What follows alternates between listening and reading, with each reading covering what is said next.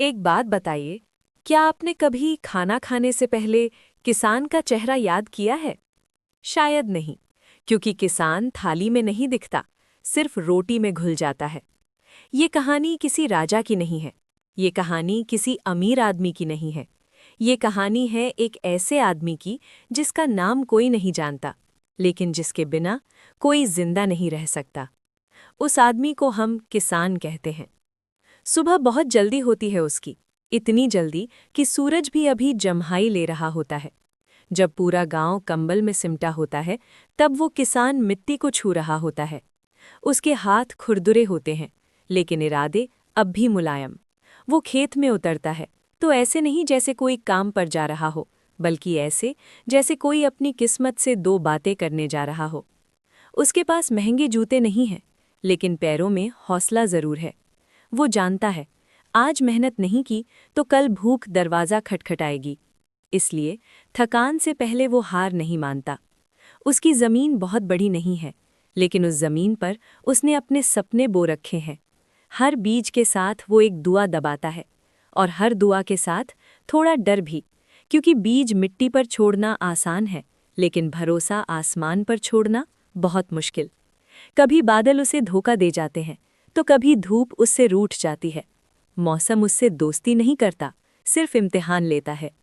फिर भी वो रोज खेत जाता है, क्योंकि किसान जानता है अगर उसने जाना छोड़ा तो बहुत लोग खाना छोड़ देंगे।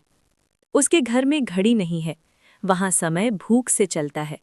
बच्चे स्कूल जाने से पहले पूछते हैं, बाबा आज टिफिन में क्या है? वो हंसकर कह देता है, जो भगवान देगा।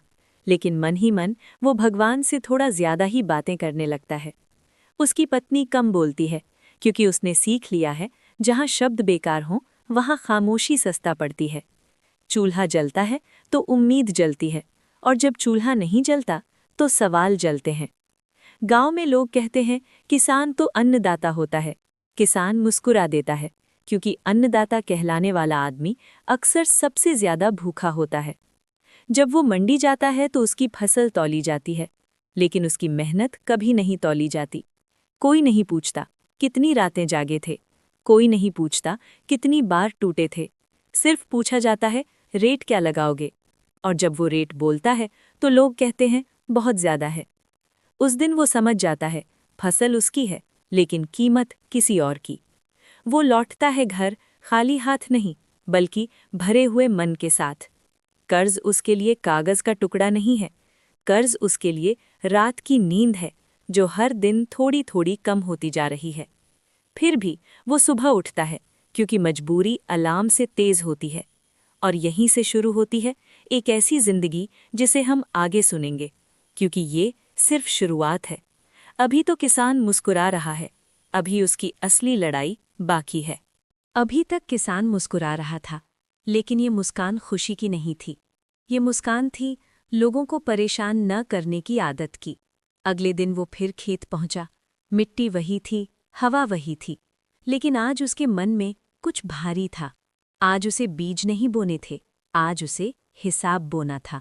खाद का पैसा बाकी था, बीज उधार के थे, और साहूकार की आवाज़ उसके कानों में मंत्र की तरह नहीं, हथौड़ी की तरह गूंज रही थी। फसल अच्छी हुई तो देखेंगे।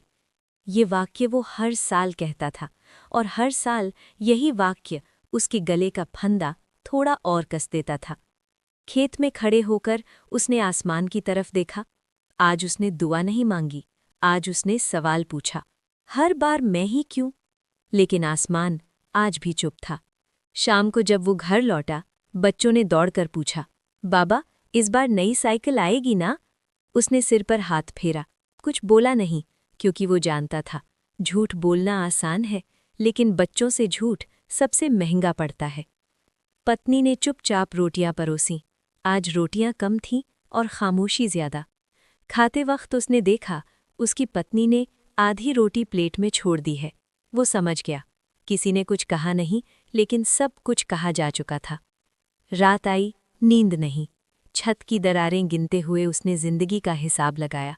उम्र ज्यादा हो गई थी, लेकिन जमा कुछ नहीं था। कर्ज बढ़ रहा था, इज्जत घट रही थी, और हिम्मत रोज खुद को समझा रही थी, बस एक मौसम और। सुबह फिर हुई, वो फिर उठा, क्योंकि किसान टूट कर भी उठता है। लेकिन आज उसकी चाल थोड़ी धीमी थी, क्योंकि आज उसके कंधों पर सिर्फ फसल नहीं थी, पूरे घर की सांसें टिकी थीं।